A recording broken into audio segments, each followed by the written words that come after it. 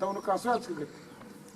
ni ikigamba ngo Evariste yagomisiriza hato mugenzi akikiriza na town kanso ya Kamubizi kujuguza itaka yari yabereye kumaraho $20,000 bitubo bakabasa kumushashura he 16 n'emitwaro 8 na bwa nyuma bija bayehindura ngo abagaruze sente ahabwo kuba balance tubagine cyamurigiriro kubatwara umukoti sente nga town kanso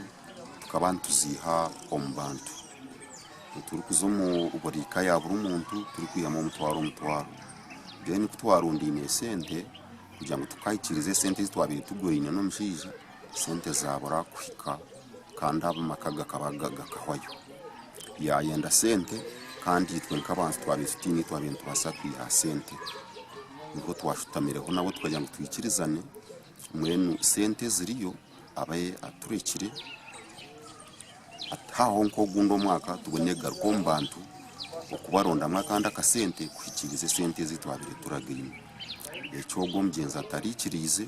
Bitogo akija yitwa babisha abakwasuriwe polisi bwa nyuma yo bwire buce konkabebembezi batanu kanseji nebagira ngo abanyabuzarebe niba batunga kakumu no bagira kufa ko muntu wabo no bwabisi bakwasuriwe atkubyahikira hagataho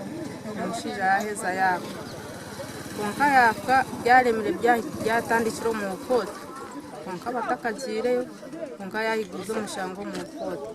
mwene nyanda kusimaranga na DPC na government kugira ngo bakagezaho bacondoza batuyiha umuci babiri ni batutamu eki twabire tutakozire abisi babagira ki babareba hataba besira abanyabutegeki n'abatura ngo hakire babagarukanise barije mu byo kuzo mu koti no kutongana bwashesha bwira twikirizana kubagenda bakaza wa kawo bakandika na LC5 bakabahereza guidance uko barakore kugira ngo hati tuzakuga